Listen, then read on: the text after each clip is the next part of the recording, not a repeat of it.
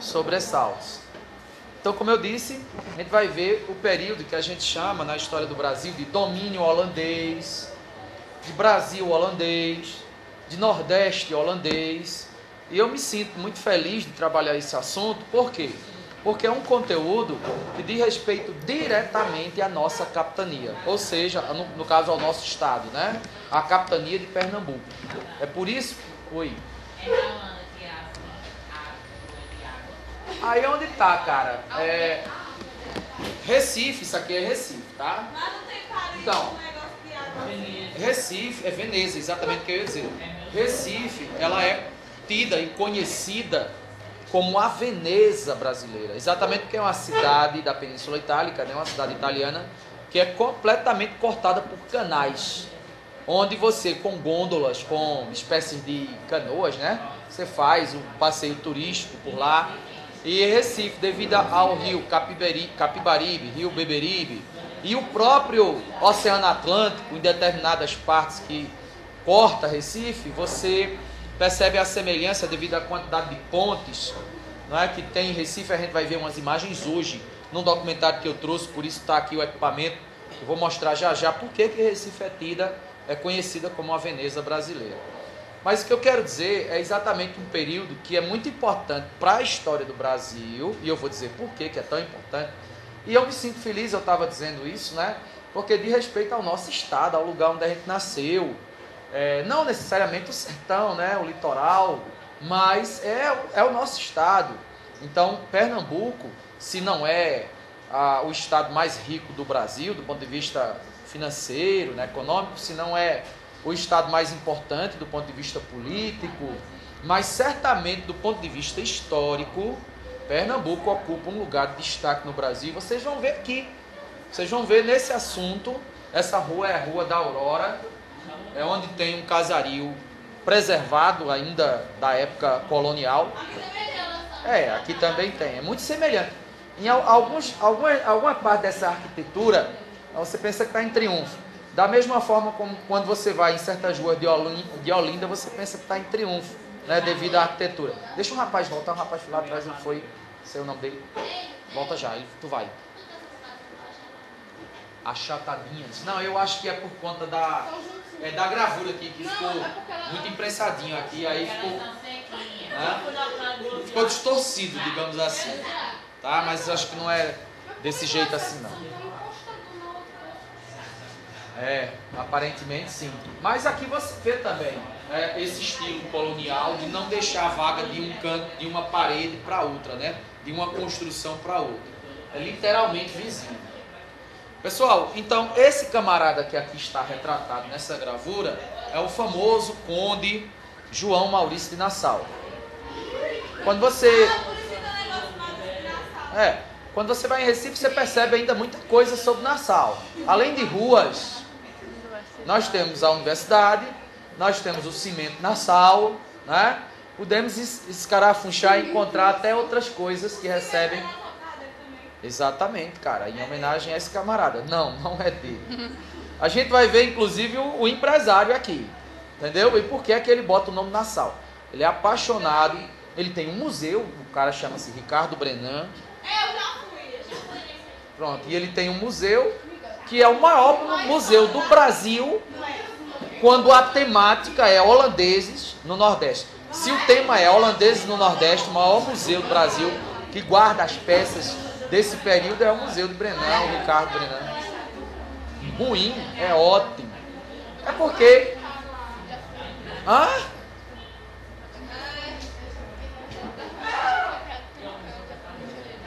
Pessoal, seguindo nossa linha de raciocínio, resumindo, é o caneco Marcelo. Peguei. Não, eu peguei o caneco emprestado. Pessoal, preste atenção, por favor. Tô fora. Não. Você está enganado. Pessoal, preste atenção.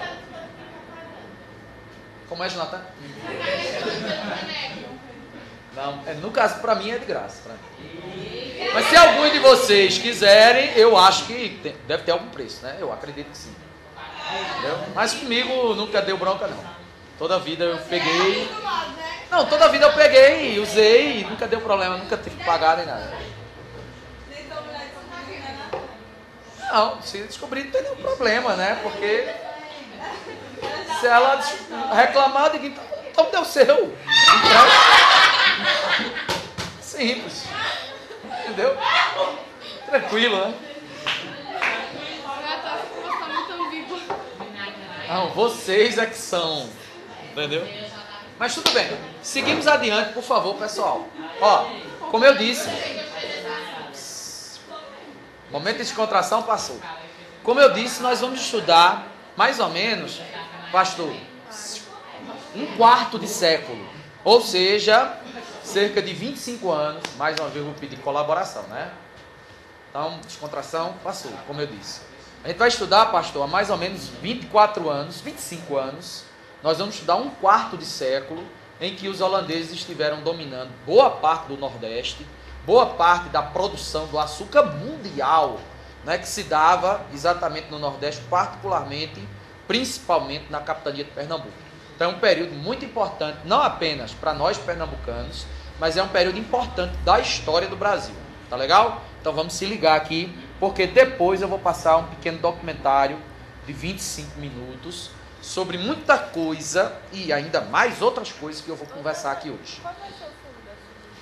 A gente vai ver ainda, a gente ainda vai decidir ainda. Eu tenho algumas opções, aí porque assim, eu não sei se vou conseguir chegar até o ponto onde eu planejo chegar. Se a gente chegar no período aurífero, que eu pretendo chegar na exploração de ouro, a gente vai ter algumas opções, aí eu vou decidir ainda.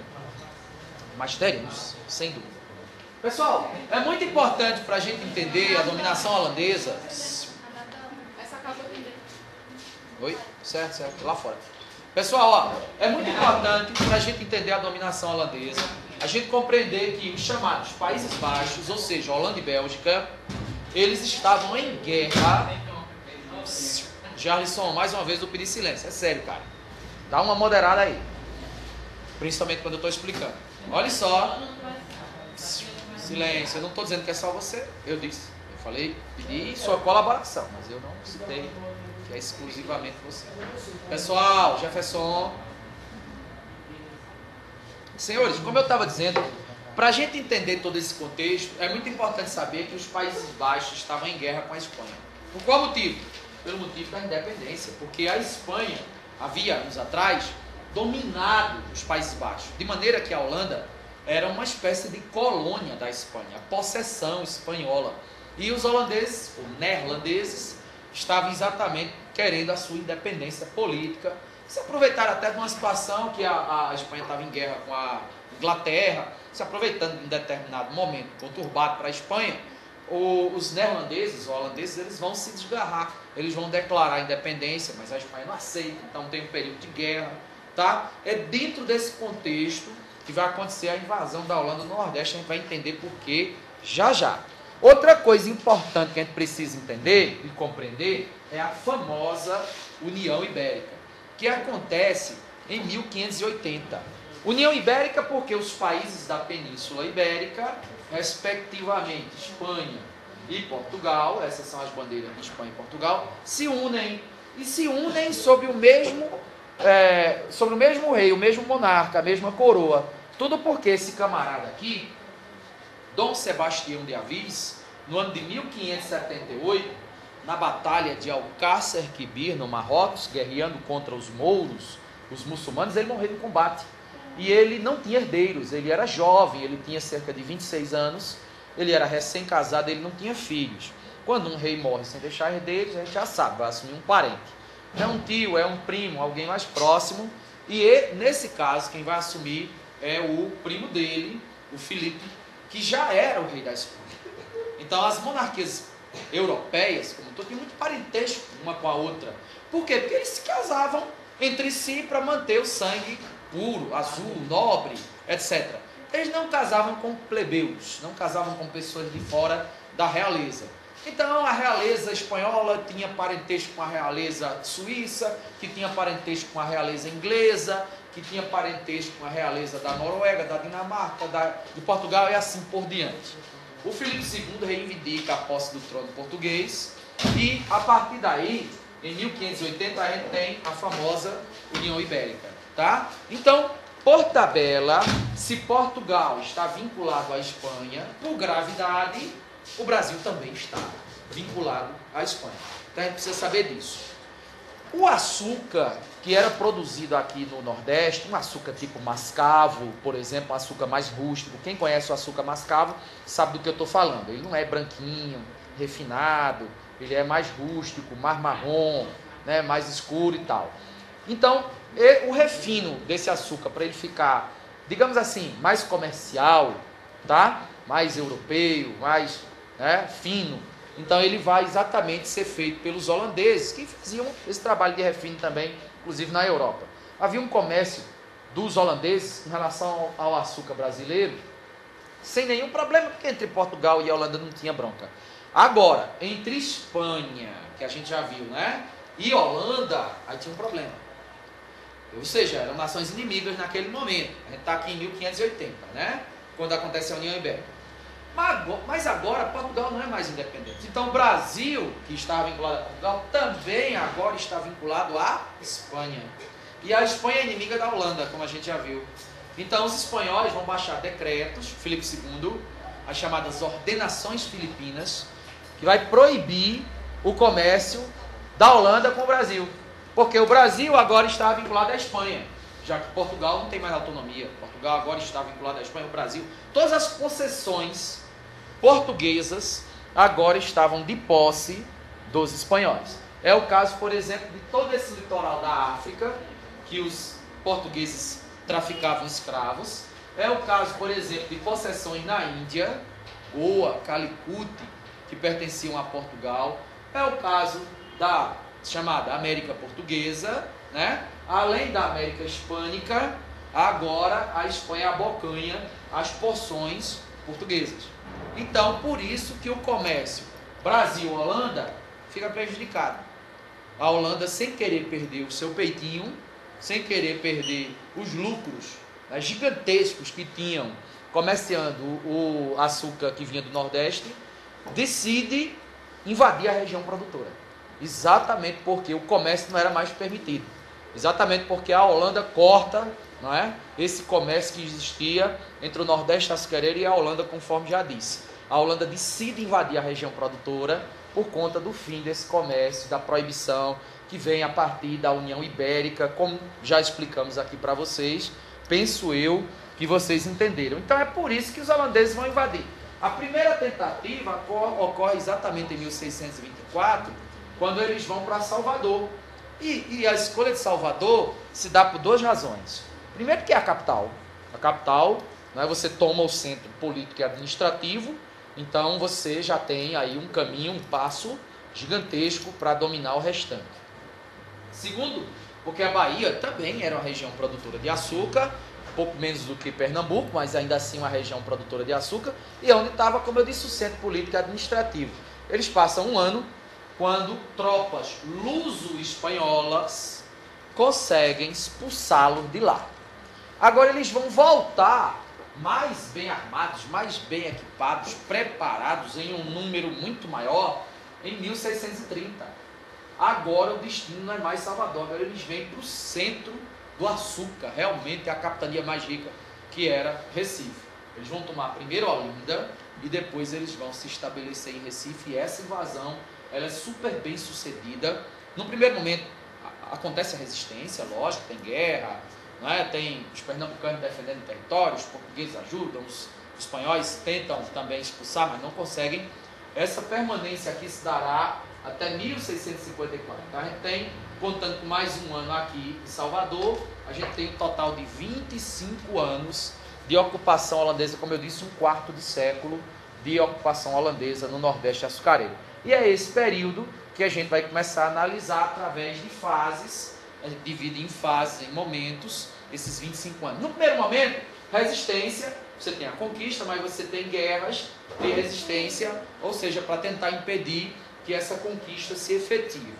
A partir de 1637, a gente entra num período que a gente chama de período nassoviano, exatamente em alusão a Nassau, tá? Que é um período de muita prosperidade, conforme veremos já já. Depois, tá aqui ó, governo nassoviano, depois Nassau volta para a Europa e o governo seguinte é desastroso. A gente tem um período de guerra, de tentativa de expulsão dos holandeses num movimento que na história de Pernambuco ganha o nome de insurreição pernambucana. E a gente vai ver essa fase que vai de 1645 até 1654, quando acontece uma guerra para expulsar os holandeses daqui, culminando exatamente com uma derrota dos holandeses e um acordo firmado entre Portugal e Holanda. Dentro desse intervalo tem a restauração da autonomia portuguesa, ou seja, o fim da União Ibérica, né? E como eu disse, a insurreição pernambucana, que falaremos no final, porque é o último momento da presença holandesa no Nordeste. Bom, deixa eu passar essa parte. Agora a gente vê aqui que os holandeses criaram a Companhia das Índias Ocidentais, que era uma empresa exatamente para gerenciar o novo empreendimento que é o Nordeste açucareiro. Para tanto, vai haver eles vão financiar a vinda de um acionista dessa empresa, que é o Maurício Nassau. Maurício Nassau não era holandês de nascimento, ele era alemão de nascimento, mas havia feito sua trajetória, tanto política quanto militar, né, exatamente na Holanda e não na Alemanha. Tinha por volta de 36 anos quando chegou ao Brasil. Mas antes disso, ainda dentro daquela linha que eu estava explicando do período de guerras, né, de resistência, logo no início da chegada dos holandeses, eu quero destacar dois camaradas, na verdade. Vou colocar o nome dele no quadro, que não está aqui no meu slide. Aí eu quero colocar o nome dele até para dar um destaque, que é muito importante. Esse cara aqui, ó, chamado Matias de Albuquerque. Esse cara, ele era, assim, o capitão donatário de Pernambuco. Ele era uma espécie de governador de Pernambuco, né? O equivalente a governador de Pernambuco. Ele vai ser o líder da resistência pernambucana, digamos assim, contra os invasores holandeses, porque ele vai perder a guerra, ele não vence a guerra, né? E muito da derrota de Matias de Albuquerque é atribuída a um mameluco. O que é um mameluco? O mameluco, ele é o elemento que provém da junção de um branco com um índio, entendeu? Um branco com um índio, um europeu, um português com um índio, gerava exatamente um mameluco. E o nome desse mameluco era Domingos Calabar. Ele era profundo conhecedor de trilhas da região, né? Hoje ali perto de Jaboatão dos Guararapes, cidade vizinha a Recife, região metropolitana de Recife. E ele recebe um engenho, olha só que não foi pouca coisa, ele recebeu um engenho como suborno, em troca dos holandeses. Um suborno.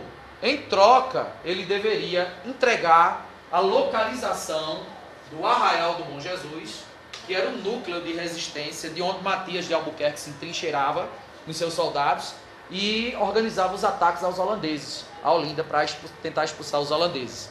O Calabar recebe o engenho, entrega a localização precisa do Arraial do Bom Jesus. O Matias de Albuquerque é surpreendido em uma emboscada, não morre, naquela ocasião foge, mas seus homens são mortos e ele ainda consegue fugir para depois enforcar Calabar, considerado um traidor, né?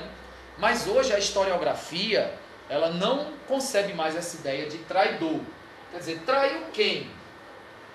Se ele foi um traidor, a quem ele traiu?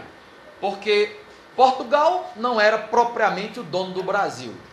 A Espanha, que estava no comando, oprimia os mamelucos, como Portugal oprimia, como os holandeses vão, com exceção do governo de Nassau, né? Todo o período holandês é de muita opressão, só os 7 anos, 8 anos do governo de Nassau, desses 25.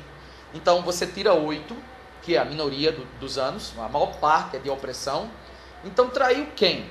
Porque o Brasil não existia na época, enquanto nação, não era um país, né? Traiu os brasileiros, traiu os portugueses, a quem ele traiu? Ele teve uma vantagem, ele obteve ali um ganho, né, e decidiu entregar os companheiros. Se alguém ele traiu ao Matias de Albuquerque.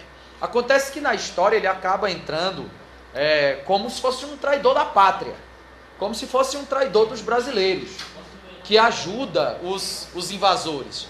Mas não há pátria a trair, já que o Brasil, enquanto nação, ainda não existia. Tá ok? Então eu queria falar sobre isso antes de falar sobre o governo Nassau. E aí a gente chega no período nassoviano. O período nassoviano é um período de muita modernização. Primeiro é preciso dizer por que ele escolhe Recife e não Olinda. Recife ainda é menor do que Olinda, e Recife ainda é uma espécie de distrito de Olinda, tá? O centro político e administrativo da capitania não é Recife ainda, é Olinda. Mas por que eles escolhem Recife? Escolhem Recife porque Recife era mais fácil de fortificar, já que é numa baixa, numa planície. E Olinda, você sabe que é como Triunfo, é uma cidade cheia de ladeiras, é uma cidade em colinas, feita em colinas, que era um pouco mais complicado de você fortificar, dado aos terrenos muito acidentados. E aí, por essa razão, eles vão escolher Recife. É o início da supremacia, digamos, de Recife sobre Olinda. A partir daí, Recife vai se desenvolver muito mais do que Olinda. Para vocês terem uma ideia, quando a gente chega no século XIX, Recife está, no começo do século XIX, 25 mil habitantes, tem um porto movimentadíssimo, e Olinda está apenas com 4 mil habitantes.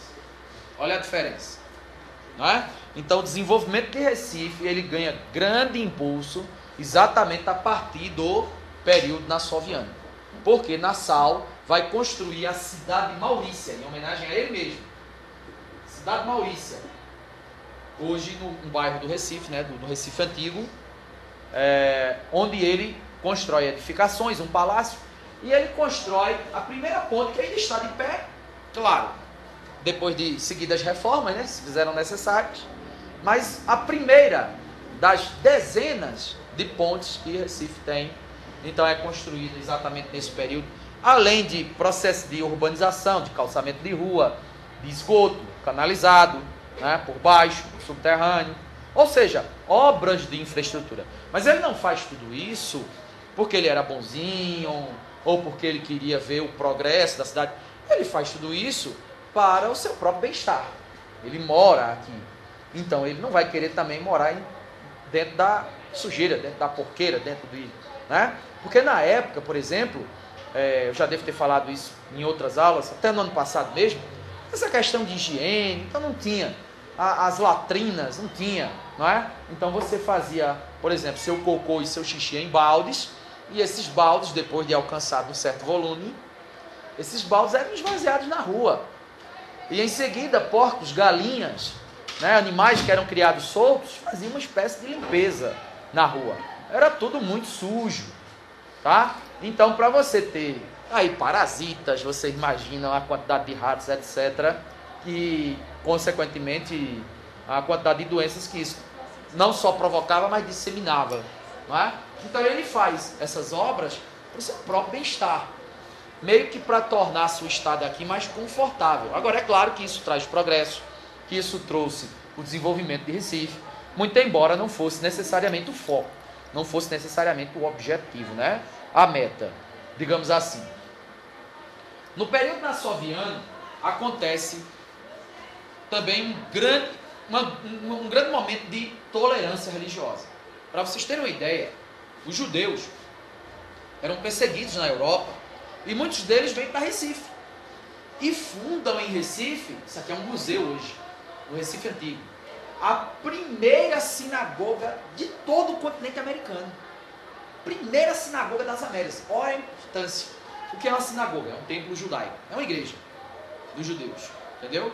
Então a primeira sinagoga de todo o continente americano, do Alasca até o Chile, entendeu? Foi exatamente criada em Recife. É essa que vocês estão vendo nessa foto, no período nassoviano, porque havia tolerância religiosa. Os holandeses eram calvinistas, mas eles, no governo de Nassau, não vão impor o calvinismo. Então quem era católico, não tem problema, permanece católico. Quem é judeu, então fica sendo judeu, islâmico, não tem problema nenhum. Coisa que outros povos em outros lugares não tinham essa tolerância religiosa, pelo contrário, havia a imposição da religião. Os judeus sofriam perseguições na Europa, muitos deles vêm para Pernambuco fundar essa sinagoga e praticar o judaísmo sem ser perseguidos. Agora, depois que Nassau vai embora, aí os holandeses vão começar a impor o calvinismo e os judeus vão embora. E esses caras, esses judeus que vão embora, eles vão nada mais, nada menos que para a América do Norte, vão fundar Nova York. Tem alguns pernambucanos, alguns historiadores pernambucanos dizem assim: Nova York nasceu em Recife. Exatamente porque um grupo de judeus, fugindo da perseguição dos calvinistas após a fuga de Nassau, após a saída de Nassau, o retorno de Nassau a Amsterdã, então esse grupo de judeus, eles vão para a América do Norte, fundam Nova Amsterdã, que veio dar origem a Nova York, a cidade de Nova York. Veja que coisa curiosa e que coisa importante, tendo como Pernambuco o centro, né? Então vamos ver algumas coisas do período nassoviano. Ó, ele estabelece relações amigáveis com os senhores de engenho, ele concede empréstimos a juros baixíssimos, pequeninos, entendeu? E com muito tempo para pagar, para modernizar o engenho, para comprar escravos, etc. A tolerância religiosa, que eu já falei, embeleza e moderniza Recife, também já falei sobre isso, né? Constrói o que é considerado o primeiro observatório astronômico da América, zoológico, jardim botânico, veja quanta coisa. Mas por que Nassau vai embora em 1644? Diante de tanta prosperidade, num período de muita... E mais. Nassau promove a vinda de estudiosos de botânica para fazer estudo da fauna e da flora da América do Nordeste, entendeu? Plantas medicinais, essas coisas. E a vinda de artistas como Albert Ecaute, que eu vou mostrar já já, e Franz Post, para pintar paisagens, para pintar os tipos humanos, para pintar índios nativos. Se você levar em consideração que essas paisagens evidentemente não existem mais, que foram modificadas, né? E se você levar em conta que esses índios, que eu vou mostrar aqui alguns, também são de etnias que foram extintas, os quadros pintados nessa época têm um valor incalculável, né? E vale lembrar, são os primeiros estudos de botânica, os primeiros estudos etnográficos de todo o continente americano, contando com os Estados Unidos, com tudo isso feito exatamente. Tem candidato a prefeito em Recife, e quando vai fazer sua campanha, diz assim: quero ser um novo Maurício Nassau. Entendeu? Nassau, curiosamente, eu vou passar num documentário já já para vocês, não é visto na história pernambucana como invasor. É visto como, pelo contrário, alguém que contribuiu substantivamente. O holandês como um todo é visto como invasor, período da Holanda, etc. Mas especificamente Nassau, o governo de Nassau, não. É visto com muito bons olhos. É visto até com saudosismo. Quanto muito mais como um elemento que contribui do que como um elemento que invade para destruir, para descaracterizar o Brasil, etc. Muito importante. Mas eu dizia, por que ele volta para Amsterdã? Por que ele retorna para a Europa? Por que ele vai embora? As razões estão exatamente na Companhia das Índias Ocidentais, que passa por dificuldades financeiras e que passa a exigir mudanças na política adotada no Nordeste açucareiro. Ou seja, os empréstimos foram concedidos com 30 anos para pagar, agora só tem 5 para pagar. Os juros, 2% ao ano, agora é 10%. Então a empresa começa a passar dificuldades financeiras, começa a apertar a colônia para tirar o seu prejuízo, né? Para se safar financeiramente, apertando o nó aqui e mudando as regras que já haviam sido traçadas por Nassau. É por não concordar com essas coisas, não é porque Nassau era bonzinho, não. É porque Nassau era visionário. Era como se ele dissesse assim: vai dar em merda. Quer fazer isso aí, vai dar problema, vai dar briga. É bronca. Vai dar confusão. É como se ele dissesse assim. Não é porque ele era bonzinho, não. Ele não aceitou, mas ele não aceitou porque ele sabia que ia dar problema, briga, guerra. Oi, pode. Aí, não concordando com essas medidas, Nassau se destitui do cargo de governador aqui do Nordeste açucareiro e volta para a Europa. É a partir daí que começa a Revolução Pernambucana, a insurreição pernambucana, porque a Holanda muda. Tinha tolerância religiosa, não tem mais, vamos impor o calvinismo. Tinha os empréstimos não tem mais. E assim por diante. Todas as medidas aqui tomadas, elas vão para o ralo, elas vão para o esgoto, elas vão para as cucuias. E começa a se adotar uma postura mais radical, mais séria. E a partir daí os holandeses também vão sofrer as consequências, porque explode a insurreição pernambucana que vai expulsá-los daqui. Então aqui a gente tem o Albert Eckhout, que pinta os tipos humanos, como eu já falei para vocês, no documentário também vai mostrar isso. E o Franz Post, que vai ser o responsável pelas pinturas das paisagens, levando em consideração o valor etnográfico, o valor histórico dessas gravuras, desses quadros. Alguns deles estão no Castelo de Brenan, é incalculável o seu valor. Algumas consequências.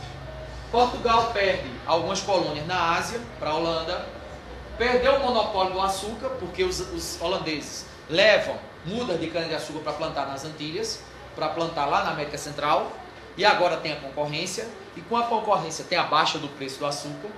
É o início da decadência do açúcar no Brasil, viu? É o início da decadência. Por quê? Porque quando Portugal tinha um monopólio, o preço era lá em cima. Agora os holandeses concorrem, porque plantaram cana-de-açúcar e também fazem açúcar de beterraba lá nas Antilhas. Com a concorrência vem a queda do preço. Ou seja, é o início da decadência da lavoura açucareira no Nordeste. A competição no litoral da África pelas regiões fornecedoras de escravos também é uma perda de Portugal, porque tinha quase que um monopólio do controle de certas áreas, como Angola, por exemplo. Aí nós temos também o fato de Portugal ter alçado o Brasil à condição de, como vou dizer, colônia mais importante, né? E o nativismo pernambucano, quer dizer, esse sentimento de Pernambuco, de liberdade, que aliás prossegue nos séculos futuros. Pernambuco toma uma dianteira em movimentos separatistas, em movimentos emancipacionistas, tá? Como por exemplo em 1817 com a Revolução Pernambucana, como em 1824 com a Confederação do Equador e como em 1848 já no segundo reinado com a Revolução Praieira. Então encerra essa parte de explicação. Quem estiver gravando pode encerrar.